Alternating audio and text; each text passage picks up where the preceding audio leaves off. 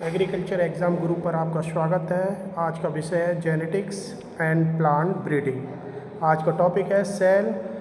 यह टॉपिक विभिन्न agriculture competitive exam के लिए बहुत यूज़फुल है, तो इस चैनल को सब्सक्राइब करें, फॉलो करें। तो शुरू करते हैं आज का टॉपिक। सेल जिसकी स्टडी को साइटोलॉजी कहा जाता है, कोशिका विज्ञान कहा जाता है। इसके अंतर्गत कई टॉपिक आते हैं, जैसे कि आनुवंशिकी, कोशिकांग, कोशिका विभाजन व कोशिका चक्र। ठीक, आप बिग बैंग थ्योरी के अनुसार जानते हुए कि पृथ्वी आज से लाखों साल पहले आग का गोला थी, जो धीरे धीरे ठंडी हुई और ठंडी होते होते सबसे पहले ये माना जाता है कि इस पृथ्वी पर जो सेल का निर्माण है वो एटम्स, मॉलिक्यूल्स व बायोमॉलिक्यूल्स के द्वारा हुआ। ये बायोमॉलिक्यूल्स न्यूक्लियोटाइड्स कहलाते हैं। ठीक है, इसी के विकास के साथ, इसी के संगठन, जब ये संगठित हुआ तो सेल का निर्माण हुआ। तो सबसे पहले एक कोशिकीय सेल बनी, उसके बाद बहुकोशिकीय सेल का निर्माण हुआ। धीरे धीरे आज जो सजीव आपको दिखाई दे रहे हैं वो सेल से मिलकर बने हुए। किसी भी सजीव यानी कि लिविंग सेल्स उसकी निर्माण की प्राथमिक इकाई होती है। यानी कि कोई भी सजीव ऑर्गेनिज्म सबसे पहले कोशिका का बना होता है। कोशिका किसी भी सजीव की संरचनात्मक व क्रियात्मक इकाई होती है। यानी कि सेल से ही उसका शरीर बना होता है और सेल के अंदर होने वाले विभिन्न प्रकार के फंक्शन सजीव में होने वाले लक्षणों को शो करती है। सभी सजीव का निर्माण कोशिका से होता है, चाहे वो एक कोशिकीय अमीबा हो या बहुकोशिकीय मनुष्य या अन्य जंतु व पौधे। सभी सजीवों में होने वाली विभिन्न प्रकार की उपापचयी क्रियाएं, चाहे वो कैटाबॉलिक हो, एनाबॉलिक हो, ये सारी की सारी कोशिका स्तर पर ही संपन्न होती है। इसीलिए कोशिका को लिविंग यानी कि सजीव का मूलभूत लक्षण कहा जाता है। आओ जानते हैं कोशिका की सामान्य जानकारी। हम जानते हैं कि सेल की खोज सर्वप्रथम रॉबर्ट हुक ने 1665 में की थी। कोशिका की संरचना, कार्य इत्यादि का अध्ययन कोशिका विज्ञान में किया जाता है। पहली जीवित कोशिका की खोज लिविनुक ने बैक्टीरिया के साथ की थी। इसके बाद दो वैज्ञानिक आए जिन्होंने 1838 में सेल थ्योरी का सिद्धांत दिया। ये वैज्ञानिक थे स्लाइडेन एंड स्वान। इन्होंने कोशिका के बारे में कुछ मूलभूत बातें स्पष्ट की, जैसे कि सभी जीव का निर्माण कोशिका से होता है। कोशिका के निर्माण में केंद्रक मेन भूमिका में होता है। सभी कोशिकाएं किसी सजीव में अलग अलग स्वतंत्र रूप से उपस्थित रहकर सामूहिक रूप से कार्य करती है। नई सेल का फॉर्मेशन प्लांट सेल्स के डिवीजन से ही होता है। यानी कि नई सेल का जो निर्माण होगा वो पूर्ववर्ती सेल के विभाजन से ही होता है। मनुष्य में सबसे बड़ी कोशिका नर्व सेल कहलाती है, जिसे न्यूरॉन भी कहते हैं, या हिंदी में तंत्रिका कोशिका भी कहते हैं। इसका जो आकार या साइज़ है वो 90 सेंटीमीटर से 1 मीटर तक लगभग होता है, तथा ये शाखित कोशिका होती है। सभी जीवों में सबसे छोटी कोशिका 0.1 माइक्रोन की होती है, जो माइक्रोप्लाज्मा बैक्टीरिया की होती है। इसे पीपीएलओ के नाम से भी जानते हैं। PPLO pleuropneumonia like organism. आपको पता ही है, सबसे भारी कोशिका शुतुरमुर्ग के अंडे की है, जो लगभग 170 mm लंबी होती है। पौधों में सबसे बड़ी कोशिका कपास यानी कॉटन के फाइबर की सेल है, जो लगभग 55 से 60 सेंटीमीटर तक लंबी होती है। संरचना के आधार पर कोशिका दो प्रकार की होती है। प्रोकैरियोटिक सेल और यूकैरियोटिक सेल। प्रोकैरियोटिक सेल यानी कि प्रो मतलब प्रिमिटिव यानी प्राचीन, कैरियन मतलब न्यूक्लियस यानी केंद्रक, यानी कि ऐसी सेल जिसमें केंद्रक का अभाव हो, या ऐसी सेल जिसका केंद्रक बहुत प्राचीन प्रकार का हो, जिसे न्यूक्लियोइड कहते हैं। ठीक है, एक डेवलप्ड केंद्रक के अंदर केंद्रक कला, केंद्रिका, क्रोमेटिन नेट, केंद्रक द्रव उपस्थित रहता है, पर प्रोकैरियोटिक सेल के अंदर केंद्रक पाया ही नहीं जाता। केंद्रक जो कला है, न्यूक्लियोलस है, इसके अंदर क्या रहते हैं, एब्सेंट रहते हैं।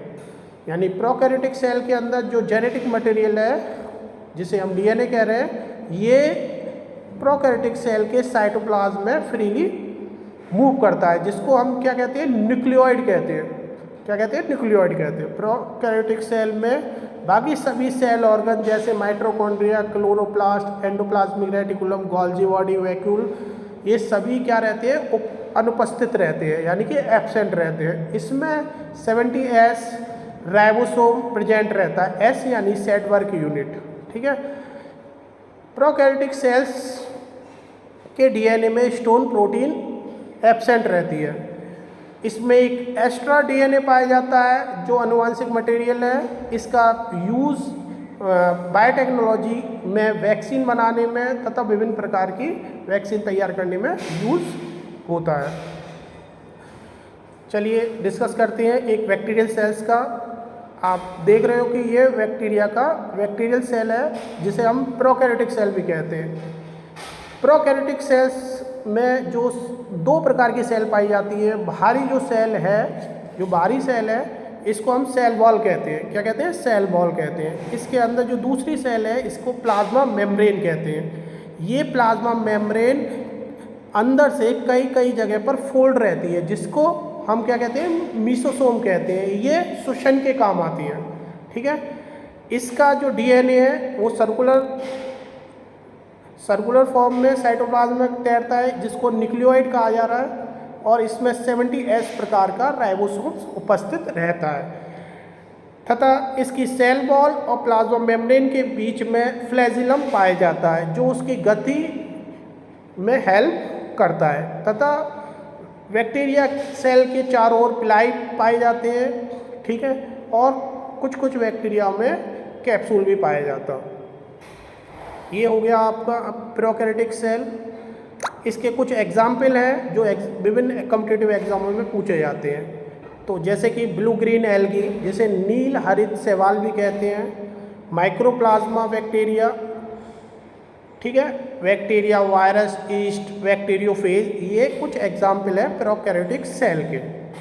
तो आपने देखा प्रोकैरियोटिक सेल जो है वो उसकी जो सबसे पहली जो मेम्ब्रेन होती है वो सेल वॉल कहलाती है, सेल वॉल कहलाती है, तथा दूसरी मेम्ब्रेन प्लाज्मा मेम्ब्रेन कहलाती है। ये जो प्लाज्मा मेम्ब्रेन है ये प्रोकैरियोटिक यूकैरियोटिक दोनों सेल में पाई जाती है, तथा प्लाज्मा मेम्ब्रेन कई जगह पर फोल्ड रहती है और वो फोल्ड होकर एक संरचना बनाती है, जैसे मीसोसोम कहते हैं। ये श्वसन का काम करती है, जैसे कि यूकैरियोटिक सेल्स में माइटोकॉन्ड्रिया। इसके अलावा इसका जो जेनेटिक मटेरियल है इस साइटोप्लाज्म में फ्रीली तैरता रहता है, जिसको हम न्यूक्लियोइड कह रहे हैं, क्योंकि इसके चारों ओर केंद्रक कला एब्सेंट रहती है, तथा इस पर 70S टाइप राइबोसोम्स प्रेजेंट है और एक्स्ट्रा क्रोमोसोम्स पाया जाता है, जिसको हम प्लाज्मिड कहते हैं। ठीक है, अब बात करते हैं यूकैरियोटिक सेल, यानी कि यू मतलब वेल डेवलप्ड और कैरियन मतलब न्यूक्लियस, यानी कि ऐसी सेल जिसमें सुविकसित यानी वेल डेवलप्ड केंद्रक पाया जाता है, तथा सारे सेल ऑर्गन इसके अंदर उपस्थित रहते हैं, यानी कि ऐसी सेल जिसके अंदर सुविकसित केंद्रक हो, तथा mitochondria, chloroplast, ribosomes, Golgi body, endoplasmic reticulum, lysosome और 80S टाइप के राइबोसोम्स उपस्थित हो, यूकैरियोटिक सेल कहलाती है। ठीक है, अब यूकैरियोटिक सेल्स भी दो प्रकार की होती है, प्लांट सेल और एनिमल सेल। ठीक है, आप देख रहे हो प्लांट सेल में क्या रहता है कि प्लांट सेल जो है जिसके चारों ओर सेल वॉल पाई जाती है, ठीक है, मगर एनिमल सेल के चारों ओर प्लांट सेल पूर्णतः अनुपस्थित रहती है, ठीक है। प्लांट सेल में सामान्यतः वैक्यूल जिसे रिक्तिका कहते हैं एब्सेंट रहती है। नॉर्मली प्लांट सेल्स में जो वैक्यूल है यानी रिक्तिका जो है उपस्थित रहती है। एनिमल सेल में जो वैक्यूल है वो एब्सेंट रहती है। प्लांट सेल्स के अंदर प्लास्टिड प्रेजेंट रहता है जबकि एनिमल सेल के अंदर प्लास्टिड एब्सेंट रहता है। प्लांट सेल में क्लोरोप्लास्ट उपस्थित रहता है जबकि एनिमल सेल में क्लोरोप्लास्ट एब्सेंट रहता है। प्लांट सेल के अंदर लाइसोसोम और सेंट्रोसोम दोनों ही अनुपस्थित रहते हैं जबकि एनिमल सेल में लाइसोसोम और सेंट्रोसोम दोनों ही उपस्थित रहते हैं। अब चलिए चित्र पर देख लेते हैं। प्लांट सेल जो है इसकी जो आउटर मोस्ट जो मेम्ब्रेन है इसको हम सेल वॉल कहते हैं, जो कि सिर्फ प्लांट सेल के अंदर ही पाई जाती है, जबकि जो सेकेंडरी जो वॉल है ये प्लाज्मा मेम्ब्रेन कहलाती है। ये प्लांट एनिमल दोनों में पाई जाती है। प्लांट के केस में प्लाज्मा मेम्ब्रेन दूसरी मेम्ब्रेन है जबकि एनिमल सेल के केस में प्लाज्मा मेम्ब्रेन पहली मेम्ब्रेन है, ठीक है। इसके अंदर एक सुविकसित केंद्रक पाया जाता है, केंद्रक के अंदर न्यूक्लियोलस पाया जाता है तथा इसका जो जेनेटिक मटेरियल है क्रोमेटिन नेटवर्क कहलाता है, ठीक है। और केंद्रक के चारों ओर एक संरचना ट्यूब लाइक संरचना होती है जिसको हम एंडोप्लाज्मिक रेटिकुलम कह रहे हैं, ठीक है। ये एनिमल सेल प्लांट सेल दोनों में उपस्थित रहती है, जबकि माइटोकॉन्ड्रिया प्लांट सेल में भी पाया जाता है और एनिमल सेल में भी उपस्थित रहता है, जबकि रिक्तिका सिर्फ प्लांट सेल में पाई जाती है, एनिमल सेल में पूर्णतः एब्सेंट रहती है। इसके अलावा क्लोरोप्लास्ट जिसमें फोटोसिंथेसिस होती है ये भी प्लांट सेल्स में पाया जाता है और एनिमल सेल में क्लोरोप्लास्ट पूर्णतः अनुपस्थित रहता है। गोल्गी बॉडी दोनों में पाई जाती है, ठीक है।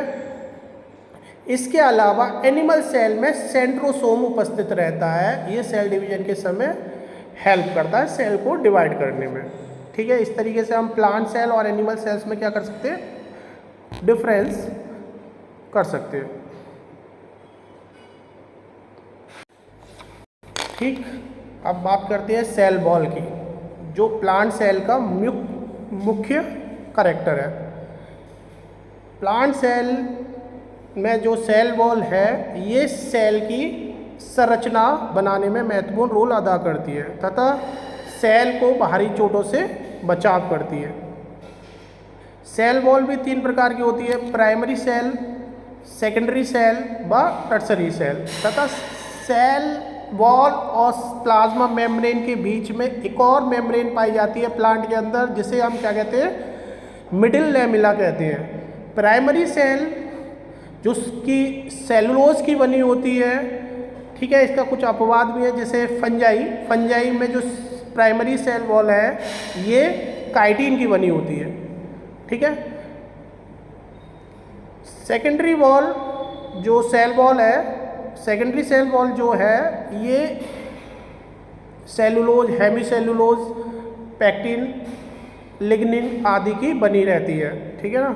इसके अलावा टर्सरी सेल जो जियाटिन नामक पदार्थ से मिलकर बनी रहती है। ये सब तीनों सेल वॉल सेल के बाहरी चोटों से रक्षा करती है तथा सेल कोशिका को एक आकार प्रदान करती है, ठीक है। इसके बाद आती है middle lamella. Middle lamella cell wall और प्लाज्मा मेम्ब्रेन के बीच में पाई जाने वाली मेम्ब्रेन है। इसके अंदर कैल्शियम मैग्नीशियम के पैक्टेट पाए जाते हैं जो एक तरीके से सीमेंट जैसा घोल बनाते हैं। अगर हम बात करें फ्लावर या फ्रूट की सेल की तो आपने देखा होगा जो यंग यानी कि जो ताज़ा यानी जो नया जो फल होता है हरा रहता है वो कठोर होता है क्योंकि उसके अंदर कैल्शियम और मैग्नीशियम की मात्रा अधिक रहती है। धीरे धीरे जब वो पकने लगता है कैल्शियम मैग्नीशियम क्या हो जाता है, डिज़ोल्व हो जाता है जिससे वो सॉफ्ट हो जाता है, ठीक है। इसके बाद आती है प्लाज्मा मेम्ब्रेन। ये एक सेलेक्टिव परमेबल मेम्ब्रेन है जो सेलेक्टिव चीज़ों को से एक सेल से दूसरी सेल में जाने देती है, ठीक है, आयन के फॉर्म में। इसके बाद जो मेन रोल अदा करता है सेल के अंदर वो है न्यूक्लियस, जिसे हम केंद्रक कहते हैं। केंद्रक के चारों ओर की जो मेम्ब्रेन है इसको केंद्रक कला या न्यूक्लियर मेम्ब्रेन कह रहे हैं, ठीक है। इसके अंदर धागे नुमा संरचना जैसी संरचना पाई जाती है, जिसे हम क्या कह रहे हैं, क्रोमेटिन नेटवर्क कह रहे हैं या नेट कह रहे हैं, यही जेनेटिक मटेरियल है। इसके अलावा केंद्रक के अंदर न्यूक्लियोलस पाया जाता है, जिसको हिंदी में केंद्रिका कहते हैं, ठीक है। और केंद्रक के अंदर जो द्रव्य भरा रहता है उसे न्यूक्लियोप्लाज्म कहते हैं। केंद्रक कला के चारों ओर ट्यूब लाइक संरचना पाई जाती है, जिसे हम एंडोप्लाज्मिक रेटिकुलम कहते हैं। ये दो प्रकार की होती है, रफ एंडोप्लाज्मिक रेटिकुलम तथा smooth endoplasmic reticulum. Rough endoplasmic reticulum के ऊपर राइबोसोम्स उपस्थित रहते हैं जो कि प्रोटीन सिंथेसिस का कार्य करते हैं, ठीक है। इसके बाद जो महत्वपूर्ण ऑर्गन है वो है माइटोकॉन्ड्रिया। माइटोकॉन्ड्रिया को सेल का पावर हाउस कहा जाता है, क्योंकि इसके अंदर सारी की सारी उपापचयी क्रियाएं संपन्न होती हैं, जैसे कार्बोहाइड्रेट, लिपिड, प्रोटीन आदि का फॉर्मेशन व डिग्रेडेशन दोनों ही होते हैं, जिससे क्या ऊर्जा निकलती है एटीपी, एडीपी, एएमपी के फॉर्म में। ये ऊर्जा सेल को विभिन्न कार्य करने के लिए जरूरी है, ठीक है। तो जो माइटोकॉन्ड्रिया है ये भी डबल मेम्ब्रेन स्ट्रक्चर है, ठीक है। इसकी आउटर मेम्ब्रेन को हम आउटर मेम्ब्रेन कहते हैं, जबकि इनर मेम्ब्रेन को जो इनर मेम्ब्रेन कहते हैं। ये इनर मेम्ब्रेन अंदर से फोल्ड होकर फिंगर लाइक स्ट्रक्चर बनाते हैं, जिसे हम क्रस्टी कहते हैं, ठीक है, या ऑक्सीसोम कहते हैं। इनके ऊपर F1 पार्टिकल पाए जाते हैं जो विभिन्न प्रकार के एंजाइम जिस पर उपस्थित रहते हैं। इसके अंदर electron transport chain TCA tricarboxylic acid cycle संपन्न होती है। इसके अलावा क्लोरोप्लास्ट प्लांट सेल में पाया जाता है। क्लोरोप्लास्ट के अंदर विभिन्न प्रकार के पिगमेंट पाए जाते हैं जो फोटोसिंथेसिस में हेल्प करते हैं, यानी कि सूर्य के प्रकाश से लाइट लेकर तथा पानी ज़मीन से पानी लेकर ये फोटोसिंथेसिस के द्वारा ग्लूकोज का निर्माण करते हैं, ताकि वो प्लांट अपना भोजन बना सके। इसके अलावा इसके अंदर रिक्तिका पाई जाती है, ठीक है। ये भी एनिमल सेल का एक महत्वपूर्ण कैरेक्टर है, ठीक है। इसके अलावा गोल्जी बॉडी पाई जाती है जो विभिन्न प्रकार की कोशिकाओं का संगठन है इसकी, ठीक है। इसके अंदर जो द्रव्य भरा रहता है साइटोप्लाज्म कहलाता है। क्या कहलाता है? साइटोप्लाज्म कहलाता है। Thank you. आज का लेक्चर अच्छा लगा हो तो सब्सक्राइब करिए, फॉलो करिए।